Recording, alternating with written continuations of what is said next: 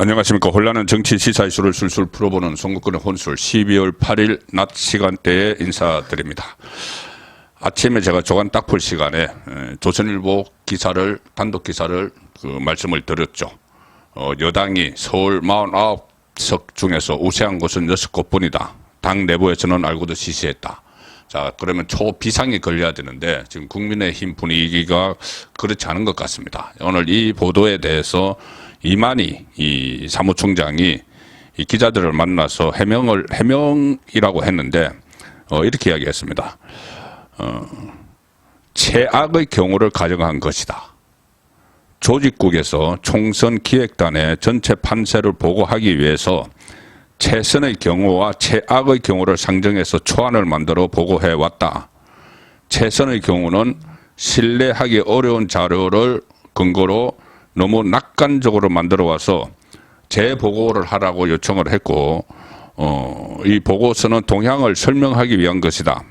그리고 해당 보고서는 모든 지역을 다 졌다고 가정한 것 중에서도 일부만 인용을 한 내용이다. 신빙성을 두기는 어렵다. 이 조선일보에서 보도한 보고서를 그렇게 이야기를 합니다. 최선의 가능성 여기에 대해서도 이만희 사무총장은 자료는 있지만 너무 낙관적인 분석이라 당에 도움이 되지 않는다고 생각한다.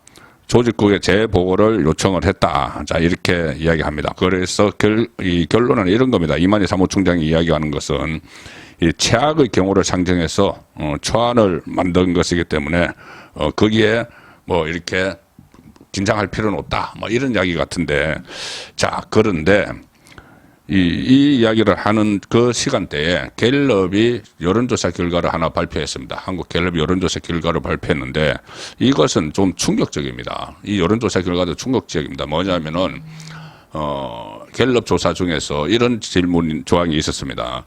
현 정부의 지원을 위해 현 정부 윤석열 정부를 지원하기 위해 다음 총선에서 여당 후보가 많이 당선돼야 한다.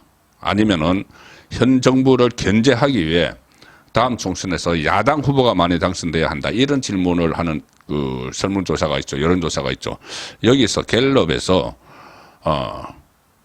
현 정부 지원 위에 여당 후보가 많이 당선돼야 한다가 35% 나왔는데 현 정부 견제를 위해서 야당 후보가 많이 당선돼야 한다가 무려 51%가 나왔습니다. 과반수 이상이 나왔습니다.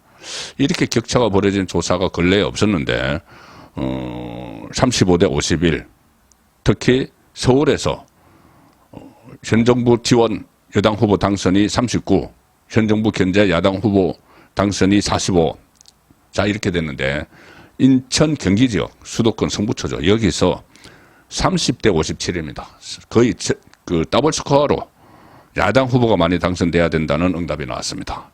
자, 이 상황인데도 지금 국민의힘에서는 조선일보 보도의 의미를 축소하기에 바쁜 국민의힘 지도부가 그런 지금 모습을 보이고 있는 상황이죠. 이 조선일보 보도 내용 핵심은 이거였습니다. 아침에 제가 잠깐 설명을 드렸는데 이 국민의힘이 총선 사무처가 작성한 총선 판세 분석 보고서가 있는데 여기 조선일보가 입수한 데 따르면은 내년 4.10 총선 판세를 자체 분석한 결과 서울은 49석 가운데 우세 지역은 6곳 정도 그 6곳 모두 여당의 텃밭인 강남, 서초, 송파 등 이른바 강남 상구에 속한 지역구다. 그래서 여권 일각에서는 총선 판세는 보통 12월에 큰 틀이 결정이 되는데 지금이죠. 국민의힘이 혁신을 미적대다가 골든타임을 흘려보내는 것 아니냐 이런 지적이 지금 나왔습니다. 이 분석 보고서는 국회의원 선거구별로 뭐 인물 대결 또 유권자 지형 각종 여론조사 결과 과거 전국 단위 선거 결과를 종합해서 전망한 예측 결과가 담겨 있는데 이 판세를 우세, 뭐 경합 우세, 경합 열세 이렇게 5단계로 나눴습니다. 그런데 서울에서 국민의힘 우세 지역은 강남, 갑, 을, 병, 서초, 갑, 을, 송파, 을 6곳밖에 없습니다. 경합 우세 지역은 강동, 갑, 동작, 을, 마포, 갑 이렇게 포함이 됐고 열세 그리고 경합 열세 지역만 해도 3분의 2가 넘는다. 이런 분석 결과가 나왔죠. 이 국민의힘은 미래통합당 시절은 2020년 4.15 총선에서 참패할 당시 서울에서 49석 가운데 8석을 얻는 데 그쳤습니다. 8석 중에서 강북 지역은 용산이 유일했습니다. 용산은 권영세 의원이죠. 나머지 7곳은 강남 3구였는데 지금 현재 이 자체 분석 보고서 중에서도 이런 결과가 그대로 나올 수가 있다는 예측입니다. 국민의힘 지도부 핵심 인사들과 총선 기획단 위원들은 최근 해당 보고서를 열람을 했지만 보안을 이유로 외부에 공개하지 않고 있고, 이 보고서가 처음 나왔을 때부터 당내에서는 시시하면서 외부 유출 가능성에 신경을 썼다.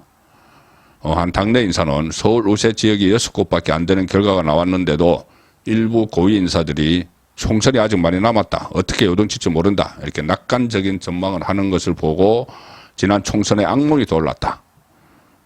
당시 미래통합당은 총선 직전까지 과반 1당 180석 이하까지 그때 나왔었죠. 낙관은 있었지만 결과는 103석을 얻는 데 그쳤다. 위성적 낙관이 다 합해서 그렇습니다.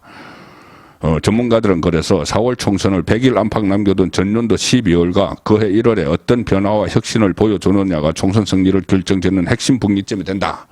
자, 이렇게 했는데 지금 변화는커녕 혁신이 그냥 빈 깡통으로 끝나버렸죠. 1년 혁신이. 여기다가 이런 조사 결과가 나왔는데도, 이런 보고서 결과가 밖으로 나왔는데도 지금 사무총장은 최악의 경우를 가상한 거다. 별 문제가 없다는. 그러면 최악의 경우가 발생을 할 수도 있는 거죠. 발생을 할 수도 있는데 그걸 미연에 방지를 해야 되고, 특히 오늘 갤럽에서 이 분석을 뒷받침하는 기사가 나왔는데도 이렇게 좀 한가한 소리를 하고 있는 것 아닌가, 그런 생각이 듭니다. 혹시라도 지금 그 민주당에서 이낙연 전 대표가 뭐 신당을 만든다고 하니까 야권이 분열되면은 어부지리를 챙길 수가 있다, 이렇게 해서 아니한 생각을 하는지 모르는데 그거 확실한 거 아닙니다. 지금 혹시 이재명이 지금이라도 뭐 사법 처리가 돼서 구속이 돼서 아웃되거나 해서 이재명 리스크가 만약에 총선 전에 사라진다고 하면은 민주당은 새로운 체제로 갑니다. 새로운 체제로 가서 오히려 누가 당권을 잡고 하든지 간에, 친문이 다시 하든지 이낙연이 하든지 간에 이재명 리스크가 없어지니까 상당히 강한 정당으로 다시 나타날 수도 있습니다. 중도 확장성도 상당히 커질 수가 있는 상황이죠.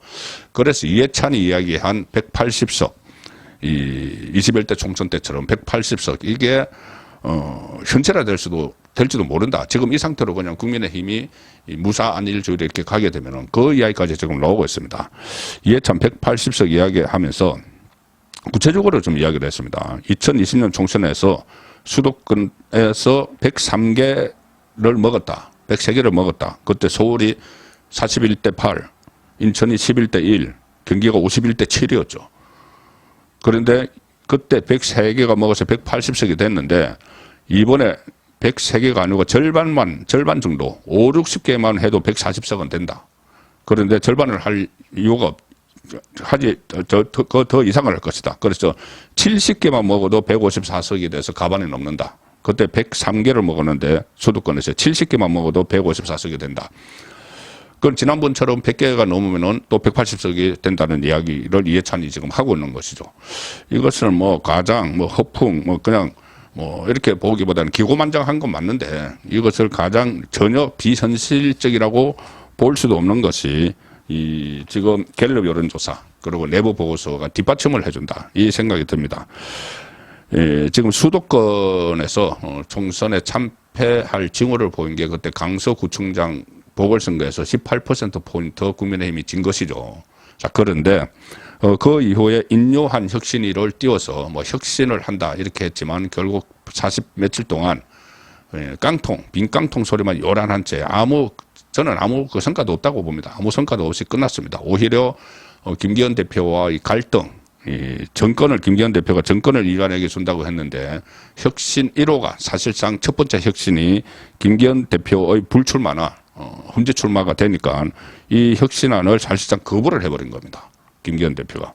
그래서 빈 깡통을 만들어 버렸는데, 자, 그러면 이 상황에서 어떻게 해야 되느냐. 오늘 인재 영입을 했습니다. 인재 영입을 해서 5명을 발표를 했는데 하정훈, 하정훈 소아청소년과 의원, 베스트셀러 삐뽀 119 소아과 저자 이렇게 알려져 있고, 박충건 현대제철연구개발본부 책임연구원은 탈북자 출신 공학자, 윤도현 21살 자립준비 청년 지원 대표, 그리고 또 구자룡 변호사, 방송에 많이 나오죠. 이수정 경기대 대학원 범죄심리학과 교수. 이렇게 인재 영입도 물론 중요하죠. 중요하지만 일단은 집을 튼튼히 만들어서, 국민의힘 자체를 튼튼히 만들어서 들어오라고 해야 되는데, 현재로서는 집이 지금 엉망인 상태입니다. 갤럽 여론조사도 그렇고 지금 내부 보고서도 그런 상황인데, 그다지 심각성을 느끼지 못하는 지도부가 아닌가 싶습니다. 그래서 다시 또 한동훈 조기 등판이 필요하다. 그래서 원희룡과 투톱 체제를 갖춰서 이 공천관리위원회도 빨리 만들고, 선대위도 빨리 띄워서 12월 1월이 가장 중요한 거는 선거에 대비해야 된다. 그런 목소리가 적극적으로 지금 나올 시점인데 통그렇지를 못하고 있습니다. 위기감도 덜 느끼는 것 같고, 그래서 필요하면은 비대위라도 정말 만들어야 된다. 김기현 지도부로 도저히 되지 않으면 지금 김기현 대표가 뒤로 일단 좀 대표직을 가지고 전반적인 전략을 짜고, 이 현장에는 한동훈, 원희룡 이렇게 투톱이 배치되는 이런 그림, 삼두 체제 이런 것도 있지만 필요하면 비대위도 띄워야 될 상황이 아닌가 싶습니다. 지금 비대위를 띄워서라도 확 분위기를 좀 바꾸는 그런 조치가 없으면은 상당히 선거가 어려워질 수도 있다. 이런 생각이 드는데, 어쨌든 어떤 형태로든 한동훈, 대중적 인기가 높은 한동훈 법무부 장관은 조기 등판이 필요하다. 조금 전에 말씀드린 갤럽 조사에서 장래 대통령감 조사를 했는데 이재명이 19, 한동훈 16, 거의 근접하게 나왔습니다. 홍준표가 멀리 떨어져서 4 이렇게 됐는데, 물론 무응답이 43%나 되지만 이재명과 거의 필적하는 그런, 그러니까 이재명 한번 대선에 출마를 해서 거의 40% 이상의 득표를 했던 사람이죠. 그런데 그게 한동훈이 근접을 하고 있기 때문에 한동훈 카드를 아끼지 말고 적시에 써야 되는데, 지금이 그 적기가 아닌가 싶고, 지금 지도 체제도 대대적인 변화를 줘서 비대위를 출범을 시키든지 해서 좀 새로운 전환점을 마련할 시점이 됐다. 그렇게 생각이 됩니다. 선거권의 혼술이었습니다.